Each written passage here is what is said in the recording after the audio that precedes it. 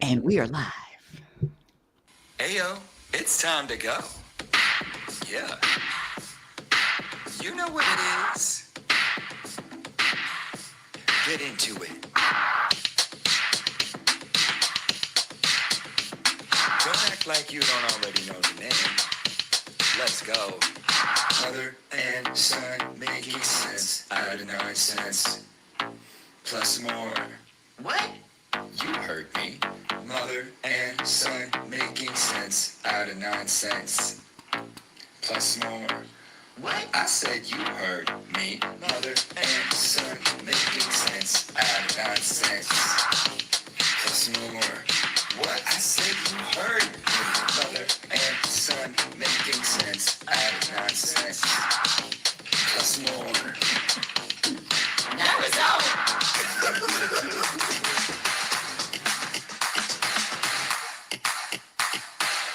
Now Woo, woo, woo, woo. Welcome, everyone. Welcome to What Happens When a Mother and Son Make Sense Out of Nonsense. Plus more, plus a lot more. This is a show, if you're new to us, about spirituality, our relationship as mother and son, and our continued growth as individuals and as a little team. And just to give brief introduction, I am a self-proclaimed happiness specialist, inner peace practitioner, oracle, mother, but most importantly, a student. That's right. I teach people when I say the truth about happiness. And I'm a self proclaimed angry yoga teacher, a fitness instructor, artist of all kinds, making videos, editing, singer, actor, dancer, and a very good son and a better and better son every day. Well, you are a good son, and you'd be a better son if you called me more often, like every day. Like every day. Like every day. No, you don't. Like every day. I was going to say 3 times a day. You know, some people call their mothers more than once a day. More than, no, that's really crazy. I mean, once a day would be pretty mind blowing, but more than once a day is unbelievable. More power to you. Unbelievable. Yes. Well, I've raised my son to not have any obligations, much to my chagrin. Absolutely. And I mean, listen, we've lived together. We've spent years and years and years together. So How figured old are it's time. you? How old are you? Well, thanks for asking. I'm 40 years old. Which makes me 69. Lord have mercy. And we keep going, and it's better than the alternative. Get it? Speaking of alternatives, we like to start every show with the word of the day. If we've done our homework, and I have, my word is equanimity. Equanimity. It's a word that I know but don't use often. It sounds fancy, but it's really not. Equanimity is the ability to remain calm, composed, and emotionally balanced, especially in difficult or stressful situations. She handled the criticism with equanimity, refusing to let it disturb her peace. Synonyms are composure, serenity, poise, tranquility, self possession. I love that word. And coincidentally, coinky dink, my word is in the same family, but may trump yours. You know how your mother is very competitive. My word is a simple word, but it's very powerful. My word is neutral, neutral, which adjective, not helping or supporting either side in a conflict. Number 2, having no strongly marked or positive characteristics or future. The tone was neutral and impartial or unbiased country or person, a neutral color or state. And so when you said stressful, what if I practice whatever situation in, I'm not going to judge stressful. I'm going to say this is neutral. Well, our words are in this totally the same family. That's a little bit of a quinky dink synchronicity for sure. And neutral, I heard no teams, no sides. And I hear so much in on TV in the media, and the wording is just which side are you on? What side? What team? Are you team this, team that? And I've always felt like it was not quite in alignment for me to pick teams and to pick sides. I do want to have opinions and stand by my opinions, but I want to also follow what feels right for me and seeing both sides. Does it even make sense to root for both teams? Well, it makes sense to our friend CEC, but it doesn't make sense to me. But no, I can't root for the other side. But I digress. All joking aside, you're absolutely right. And having a preference, one of the things that I share in Program for Unhappiness, Exposing the Untold Truth, there's 56 program behaviors. And one of the behaviors that subtracts from your happiness, which I define as an energy of contentment, is having a side, is having a preference, is having a cause. And so your mother is still practicing, as they say, a work in progress. But before we go on, I want to say like and subscribe. And our sponsor, which is they're still getting in contact with me. They just haven't managed to connect yet, but is Voss Water, VOSS Water, the wetter, better water. And we all know that wetter water is better. Voss, I'm waiting. And we're hardest working sponsee over here doing work for Voss Water. They don't even know about it. So Voss, congratulations and get on the stick. Going back briefly to teams, I wanted to say this is something I hear a lot too. I don't know if anyone happened to catch the Super Bowl, but I'm not the biggest football watcher, although I like to watch from time to time. But I did happen to see some of the Super Bowl, and it happened to be a little bit of a blowout this year. And what I understand, and from other people and from me, nobody likes to see a blowout. Even if your team is winning, I hear, "Oh, we just want to see a good game." Oh, the team I want. It starts to get a little boring. So in tennis matches, I hear it all the time, all this build up for this competition. But what are we really wanting to experience when we see two teams competing? And I attest that we are there to have an We, experience, to have mm, an experience of fun, being in the moment, uh, yeah, an exciting game. yes, well, now you're talking about getting excitement or getting stimulation or getting drama, being involved with drama, because drama is a stimulation. Drama is, I can say, another addiction that I wouldn't know anything about, but maybe you would. But I digress. Back to a statement that you made, which it's so interesting. You said that they just want to see a good game. They don't want to see a blowout. No, I want to see a blowout, especially if Rebecca hates the other team. Blow them out, look bad, make them look as small as possible, humiliate them on the field. No, I love blowouts, unless it's my team. But one of the things that I had to conquer is having a team, and so I came up with a solution. I've shared it before. I tape the game. I find out who wins. If my team doesn't win, I don't watch it. Well, yes. Okay. Well, going back to drama, and I listen. I have the humility, the grace, the spirituality, the wisdom to fully come clean and admit that I used to be a drama addict. In fact, so much so that I did major in it in school. I actually have a degree in drama, literally. So if anyone has any questions about being addicted to drama, you can direct them right to me. I used to be addicted to drama. Now I'm addicted to equanimity and neutrality. And do I eliminate drama from my diet completely? Absolutely not. This is why I like watching Survivor. This is why I like watching shows. I have moments that I think are appropriate for me to incorporate drama. And that includes hanging out with you. No offense. No offense taken. One of the things that I practice is never to take anything that you say to me or again me personally. It took me 40 years to get there, but I'm finally here. By the way, speaking of you, There is something that you used to say, which really, when I say bothered me, let me be very clear. I know the difference between Rebecca and Rebecca's essence and Rebecca's presence. So used to, when we get off the phone, or you leave a message, that's it, you leave a message, bye. Bye. I even wrote that down as a note. Bye, because you left that message this week on an audio. Bye. And it just used to drive me, Rebecca, up the wall.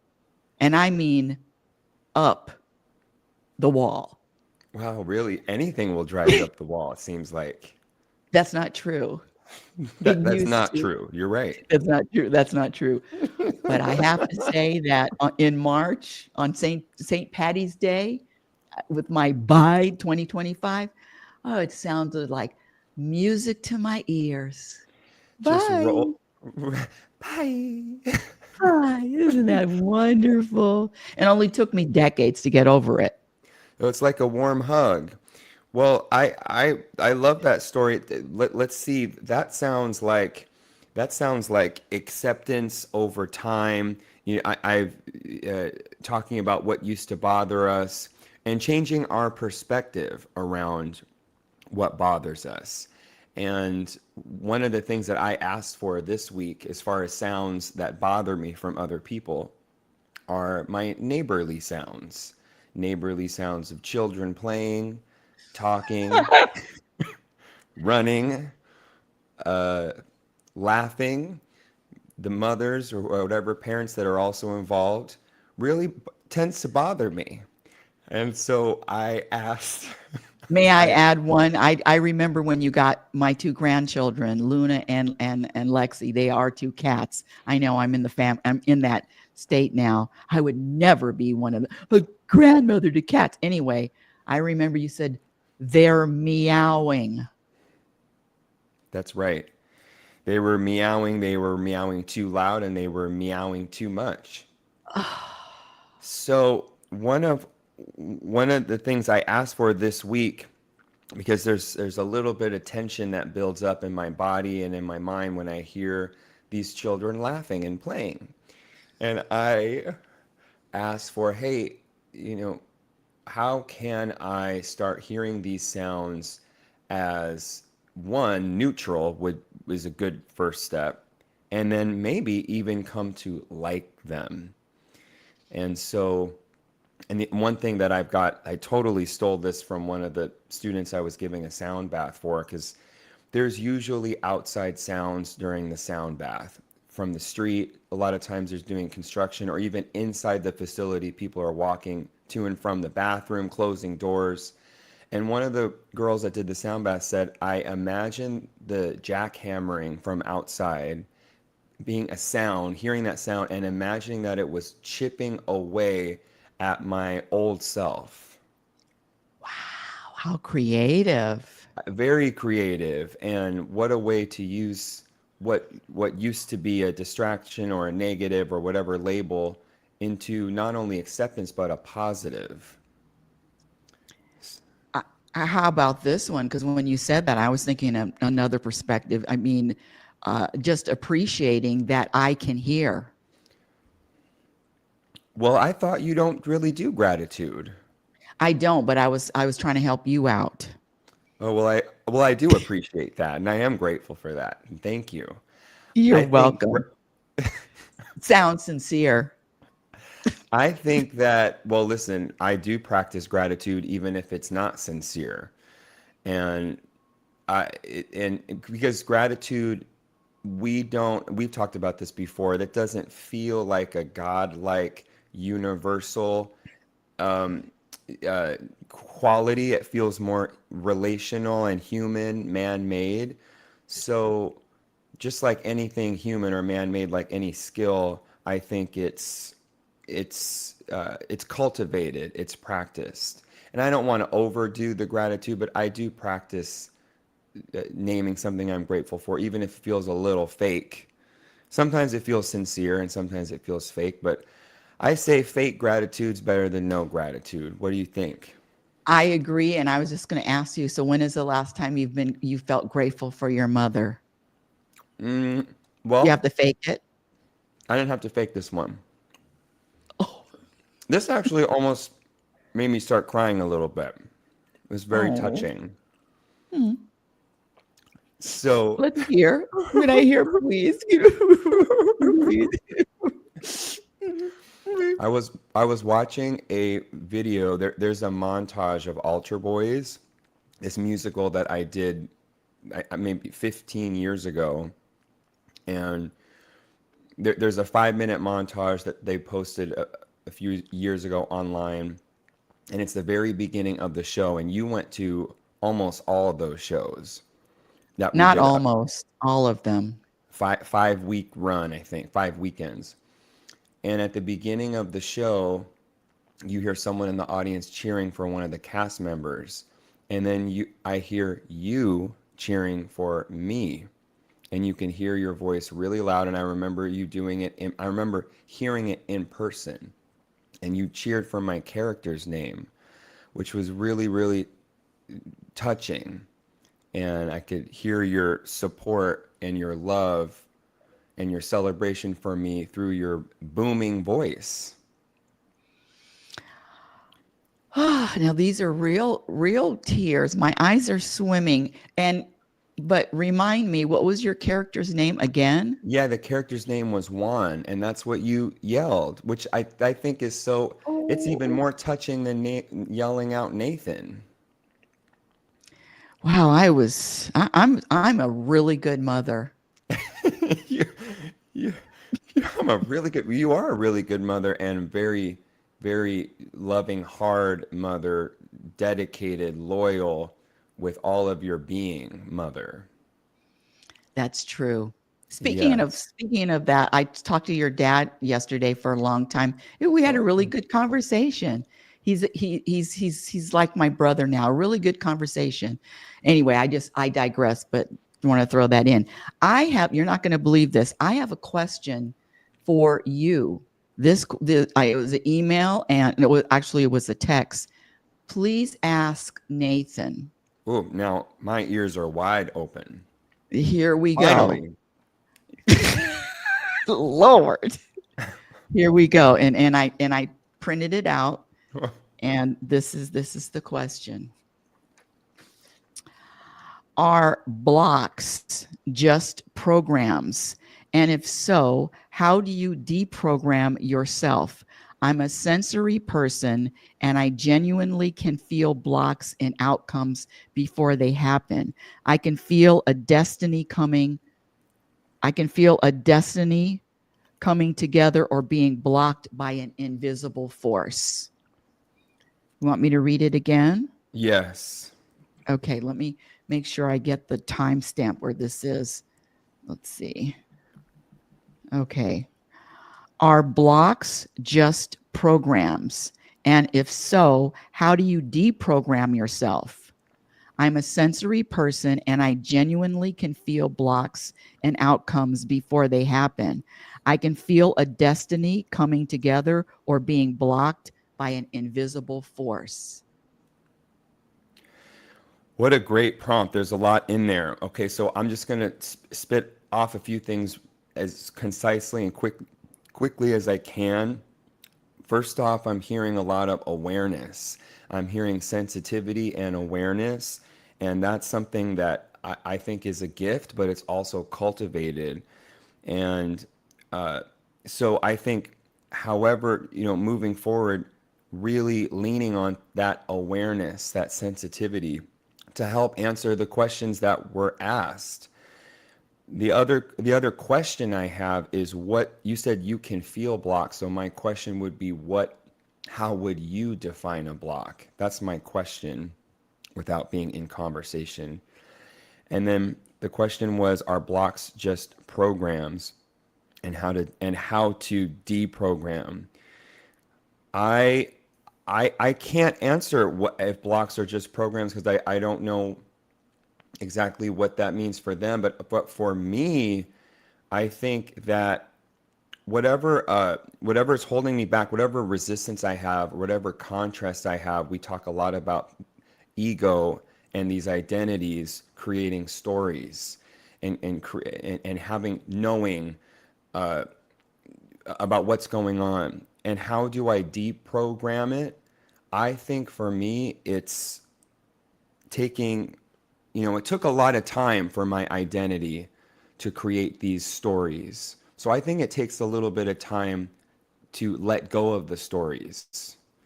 So I don't know exactly how, other than just asking and then letting it unravel in the time that it takes to unravel, letting it deprogram in the time that it takes, and enjoying yourself along the way and staying curious and continuing to ask, because everyone's going to have a different answer. Great answer. And I would like to answer also, and I have a follow-up.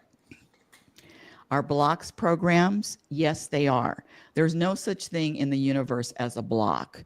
So that is just a man-made ego, mind, person concept, blocks. How do you deprogram yourself? How about this? What you said earlier is acceptance and awareness. The awareness is the work. So for me, I would just, I would say that just the awareness, and there is no such thing as a block.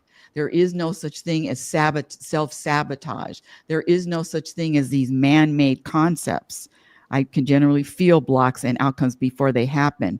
Well, what you're doing is you're feeling what you're feeling, but outcomes before they happen, that's a story.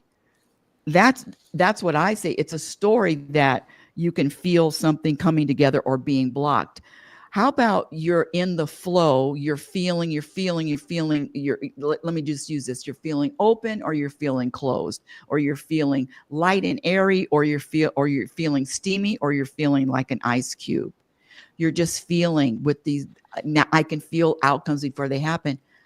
How about just relaxing and not attaching a story to it? These stories that the ego comes up with. So what this sounds like to me is the ego battling the ego having a conversation with the ego. And yeah, all blocks are programs. There's no such thing in the universe as a block. If you're human, if you want to identify with human, of course, but God can't be blocked. And that's what I am. I'm God. I'm consciousness having a human experience.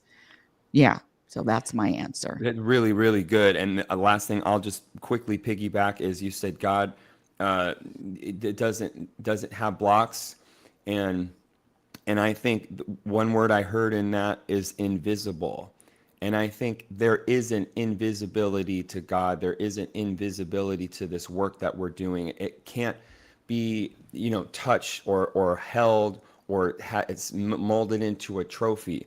There is something, it needs to be experienced and felt.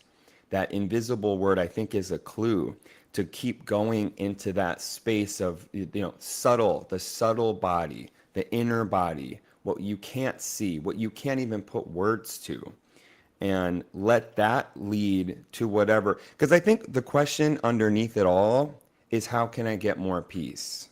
How can I get more peace in the moment? And Yes. we're gonna get there not by getting so specific about what we think is blocking us from the peace, but starting within that inner knowing, that invisible knowing, and letting all the little things around us slowly and in their time take care of itself. I'm watching. I'm paying attention. I can't blink too much. I was accused of blinking too much. Now I've got to keep my eyes open. Yeah, I have to do the rest of the show with my eyes wide That's open. right. Lord have mercy, I can't blink.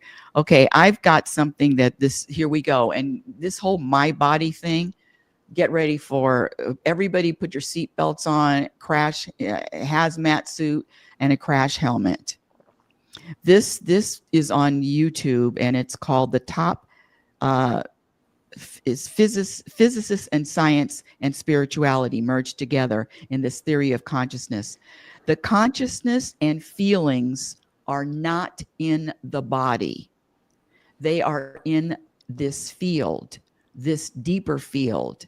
They are not in the body. We project them in the body, but they are not in the body. They are not the body. We are We are not the body. We do not exist in space and time. We exist in a deeper reality, but we're so indoctrinated and on one hand and so hypnotized into believing that we are the body that we always fall into this trap of believing that we are the body. Yes, we have a soul, but when we think about ourselves, we think about the body. No, the body is just a structure that perishes. That's really deep, and literally and figuratively, and it's a really good segue from what we were just talking about, this invisible knowing, and even the body, even yeah, because who says that our thoughts are here in the head area? Who says that our emotions are in the stomach or the heart? I mean, the body is just a piece, and yeah, I think it takes some really deep work and some shifting of perspectives to not identify with this body and to look at this body as just a piece of my awareness. Yes, I agree. And then here we go. This is another mic drop. Get ready. Questions. There are no real questions in existence. All questions are false because life is not a problem to be solved. It's a mystery to be lived.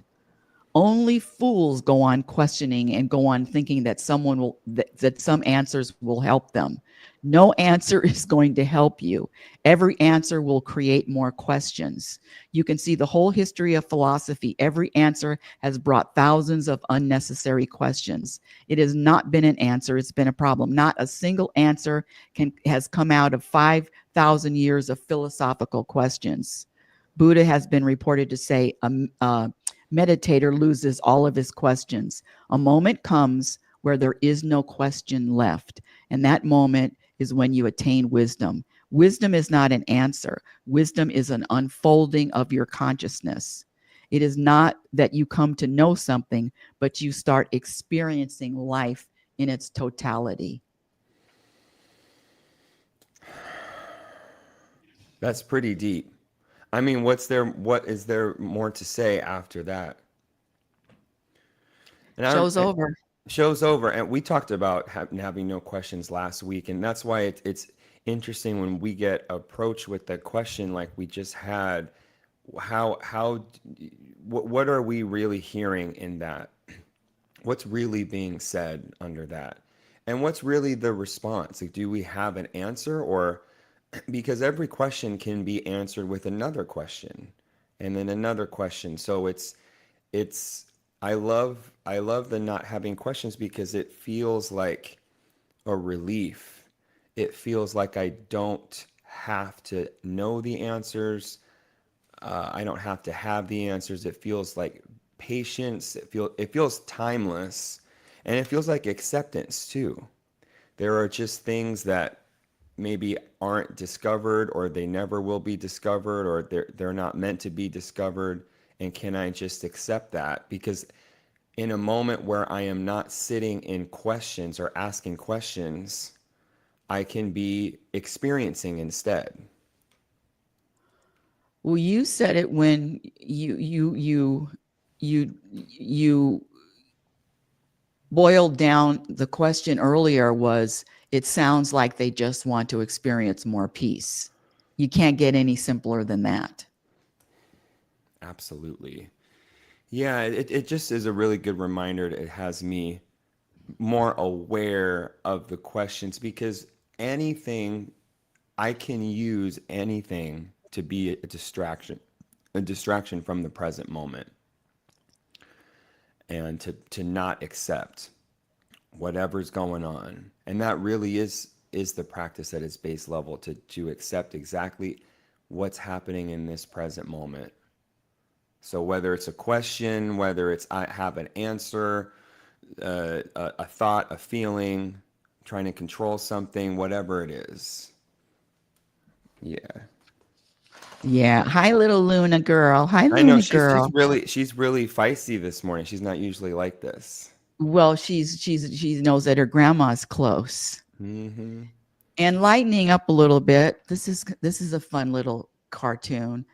Stop Stop hating hating. on lazy Go ahead. people. We didn't even do anything. That's so funny. That's true. Because I am the president, vice president, and secretary of the Lazy Club. I'm letting the universe do all of it. I'm sitting back, hands behind my head. Okay, universe, what's next? I love that word lazy. And I'm just looking up the definition right now just so I can get really, really clear. Lazy means unwilling to work or use effort, lacking energy or motivation to do something that requires action. It can also describe something that moves slowly or lacks activity. And this is where I break into song. This is by Boss Skaggs. Lazy days, cafe afternoons, evening place. I wish I knew all the words. Promise on the purpose that will happen soon.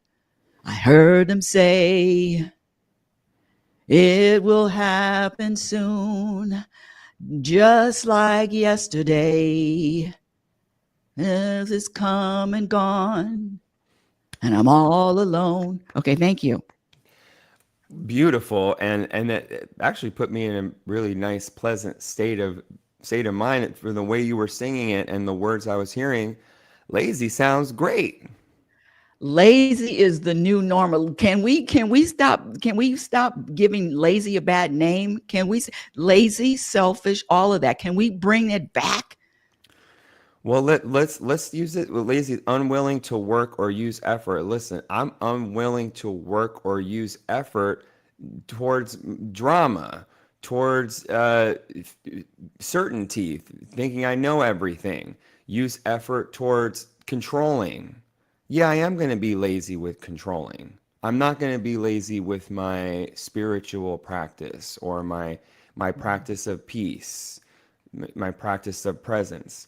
Lacking energy or motivation to do something. I am lacking energy to go out and be crazy and angry and stuck in my head and tight in my body. Yeah, I am going to pull energy away from that. Okay, now you're reminding me. Well, two things. Two things.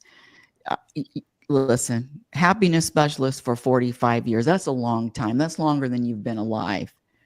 And I still get up and the thoughts are just they don't leave. And I came up with an analogy that there's just a television set and it's just changing the channels because this thought can go from the weather to someone else to what I have to do. I mean, the thoughts just go from channel to channel to channel to channel to channel. And it just is endless. And so the practice is just to start witnessing that even more, practice witnessing, being aware. But that's what I've described it as, Nathan, a television that just keeps changing channels. But and that's how Rebecca lives. Lives in that perspective of the thoughts changing channels. Yes, yes. Yes. Well, the TV channel sounds playful. It sounds like something I can understand. I mean, listen, this I like it simple. I like it really simple, clear, simple visuals, simple phrases, word, slogan, uh, simple idea, and changing of the channel on a TV really makes a lot of sense to me, or the radio. And how simple is it to just change the channel on the radio? And how crazy and silly is it to have something playing on the radio and then I'm up here complaining, I'm up here talking about it, I'm up here pulling my hair. How do I do this? It's too much. When all I have to do is just simply change it. And yes, I like that visual. Thank you. I was just saying that the mind is restless, and when I practice this neutrality, this being in neutral with everything, I was at the gym, and I'm at the gym every day, believe it or not. 6 a.m. I'm there an hour, 50 minutes. Today I was only there an hour and 10 minutes because I had to do the show and teach the foam roller class. And a couple of days ago, I'm quiet, I'm friendly. And this one woman that we she likes the same machine I like, the elliptical machine. And the etiquette is whoever's there first gets the machine first. And so last week she was there before me, and she said, because I go right to the elliptical, and she says, "You almost lost out on your machine." She graced me with using the machine that day, and that was just a clue. And I said, "Oh, okay." Now I make sure that I'm there 10 minutes before it even opens. I just sit. Some people get out and just stand there waiting for the door to open. But I make sure to be there now because I'm not taking a chance for her getting my machine. So 2 days, was it yesterday or the day before?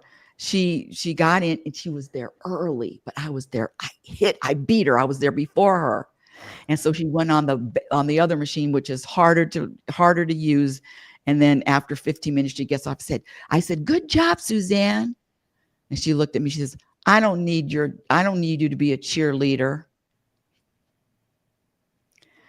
So I was, the cheeriness, the go, go, go, wasn't having it. And I could put a lot of stories to it as to why she came back like that. And it was the practice of, it wasn't personal. It was a practice of being neutral. Her comment was neutral. I'm not going to let my ego put a energy on it. But I said, okay. And she was, ooh, we talk about a lemon breakfast. She was sour. That's okay. And it wasn't me. But yeah, so I can't wait to see her again. Go, Suzanne. No, I won't. Well, shout out Suzanne, and good luck. Keep on keeping on. There's a couple things you listed as topics that are good ones, that the mind is restless, and mine is just always got something to say, always got something to do, to figure out, to question. It's got an answer. It's just always working overtime. So I think part of my personal practice is giving the mind, almost like giving the mind a job. It's really eager to have a job. It wants to feel useful. Okay, well, you can have a job. Why don't you look at this candle for 10 minutes and let me and let me know how it goes? Okay, well, why don't you focus on my breathing for the next 15 minutes, and stay on that breath, and keep staying on that breath. So I try to be playful with that restless quality of the mind, and how I can use that to my advantage of peace. And sometimes I do need to be creative, because it doesn't like to always watch the breath. It doesn't always like to read a book or whatever. They have different tools. And Or call then your mother. call my mother. Well, that one really doesn't work very often, but that's in case of emergency. That one works. And then, so this story with Suzanne, it's so funny. So, well, we were talking a lot about Suzanne, but I didn't hear so much about why you said what you said. Why were Yeah. why were you putting on the pom poms? I mean, I have my theories, but Well, what are your theory? My theory was I was genuinely wanting to say good job. I mean, these people are, yeah, I did. But, and there wasn't any nefarious agenda. What was my agenda was to, yes, supportive. Unless you okay. can feel something else. Well, my only theory is it's just from your story. I do feel the supportive. I do feel that. And then I also am wondering if there's okay, we're fighting over this machine, and No, you got the shitty machine, I got the good machine. And I'm zero. What do you mean zero? That was a part of your story. No, I mean there was zero of that coming from me. There was zero Oh, energy of that coming from me. okay. And I I, would be honest. I would be honest if I wanted to, like, I got the machine. I would definitely be no, honest. no, But no. no, there was. I don't think you're doing that. Rubbing it in. I think you got the, we both, everybody knows that Uh-oh. Suzanne and you want this one machine, and you got the machine on that particular day. So she got the stinker machine. So it's like a way to help her feel better about herself because she's already pissed that she's on the bad machine. Next topic. Oh, does that sound true for you?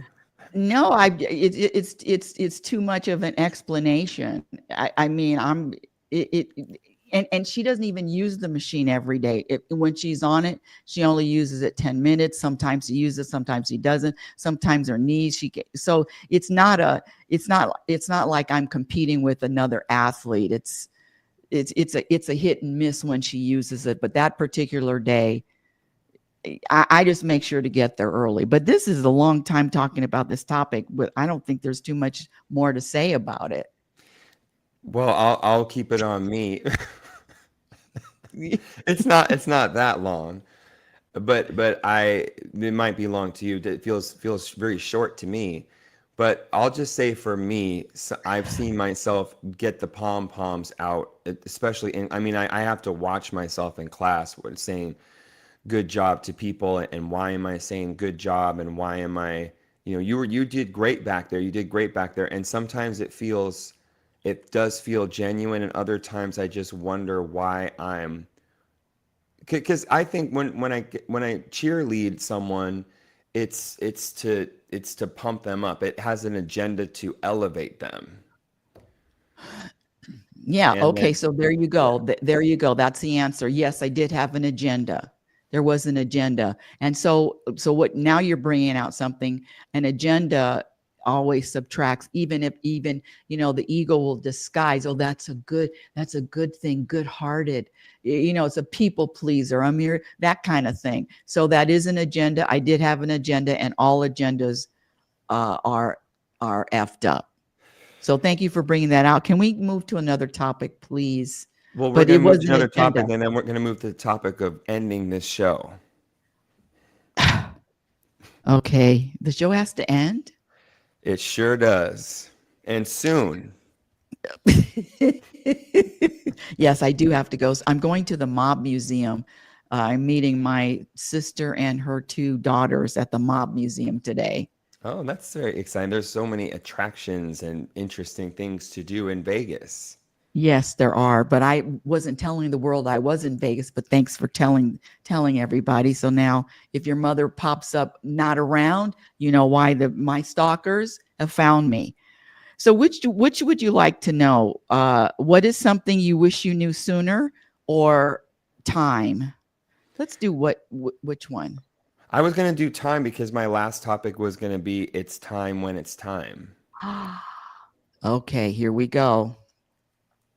There is time. And by the way, all of this, what I just transcribed this from the videos that I send you, because I know when I send you videos, you don't always look at them. Probably 98% you don't. So I transcribe them to read them. Time. There is no time, period. Have you ever been to the past or the future? No, you think of the past, but you think of the past now. Have you ever actually been to the place called the past that you think about?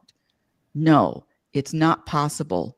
Nobody has ever been there. It's a belief. It's just a belief that we all take for granted. Is it your experience that the now is moving along a line of time from the past to the future? Is the now moving? And how long does the now last? It doesn't. It doesn't last. The now doesn't last in time. There is no time for the now to last in. Now is not a moment sandwiched between these two vast spaces. There is no vast space aside of now. The now is not a moment. Those are new aged ideas, and they have nothing to do with truth or reality. Now is not a moment. Now is eternity, the ever present. not the everlasting. But when that now is filtered through the limitations of the mind, it appears as time. The mind is like a prison that refracts the now, which has no dimension, into a single dimension of time. Well, for a reading about time not existing, that took a lot of time. There is And no such thing as time. and that was very profound, and it really hit me on all angles. It hit me on past, present, and future. And this whole time construct is, talk about a program is so deeply embedded and such an easy carrot for my ego to latch onto for drama and stress and knowing and questioning. And I was thinking about you at the gym and how you have this routine now, because who knows why it's time when it's time, and you've helped me use that to lower the volume on the stories. Why did this person leave? Why did this person come in? Why did I change jobs? Why did I move from here to here? Why 10 years and not 5 years? All of these questions around time. And it's just, it's like asking, why does an acorn take whatever a year to sprout up into a tree? Why? Because that's the time that it takes. There's that's how it, the natural flow. And that's one way I think about God. God is a steady flow, an organic rhythm that has no reason for being in the rhythm or pace that it's at. It just is. Wow, I got chills on that one. That was beautiful. Yeah. Well, I would you like me to email these that I all of my transcripts that I typed out?